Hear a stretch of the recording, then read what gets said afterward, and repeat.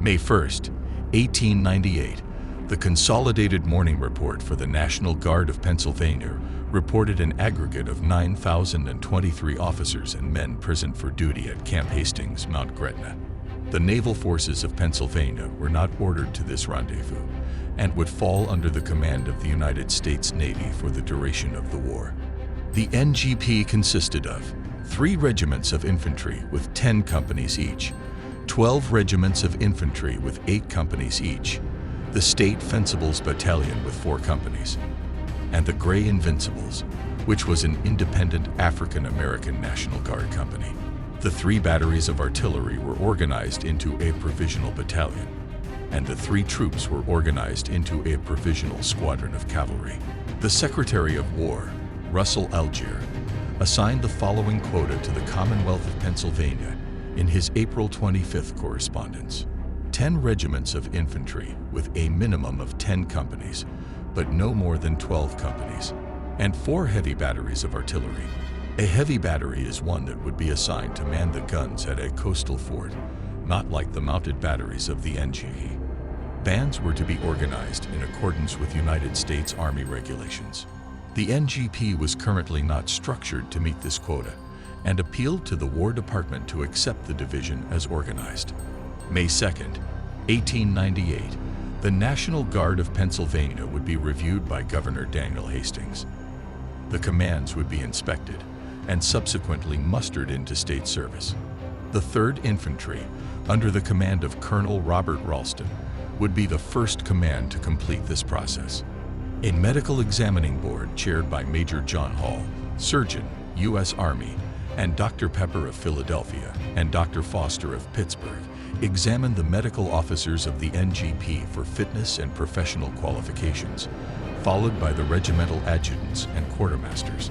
Upon completion, these officers were mustered into United States service. May 3rd, 1898, the Adjutant General, Brigadier General Thomas Stewart, departed for Washington, D.C. to meet with the Secretary of War and the Adjutant General of the U.S. Army in regard to Pennsylvania's quota. On May 4th, General Stewart made a solid case for consolidating some of the state's smaller commands to meet staffing requirements.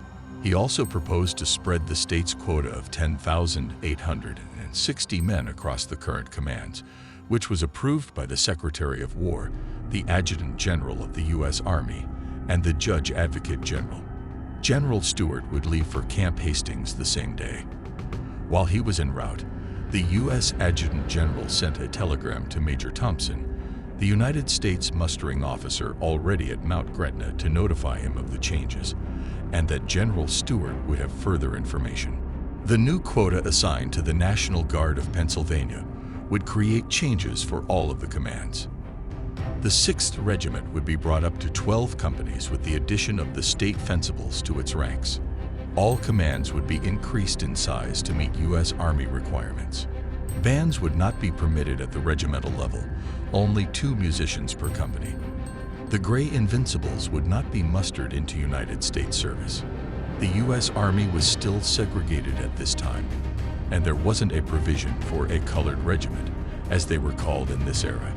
Even if the Gray Invincibles were able to form the number of companies, the quotas for units were already assigned. Those National Guardsmen who chose not to volunteer for United States service, as well as those who no longer had a position due to the reorganization, would remain enlisted in state service, but would return to their home station until further orders were issued. May 5th and 6th, the medical officers commenced their physical exams of their commands. The mustering officer ordered a full report of the number of men examined, as well as the number of men who passed their physical exam, no later than 5:30 p.m. on May 6th. New recruits were starting to arrive to fill up the commands to full strength. Uniforms, arms, and equipment were all in short supply. On May 7th, the Secretary of War requests that the first 6 infantry regiments to be mustered in and fully armed and equipped will be ordered to Camp George H. Thomas at Chickamauga National Park, Georgia, the site of the famous battle from the American Civil War. The race was on to see which regiments of the NGP would receive the first assignments.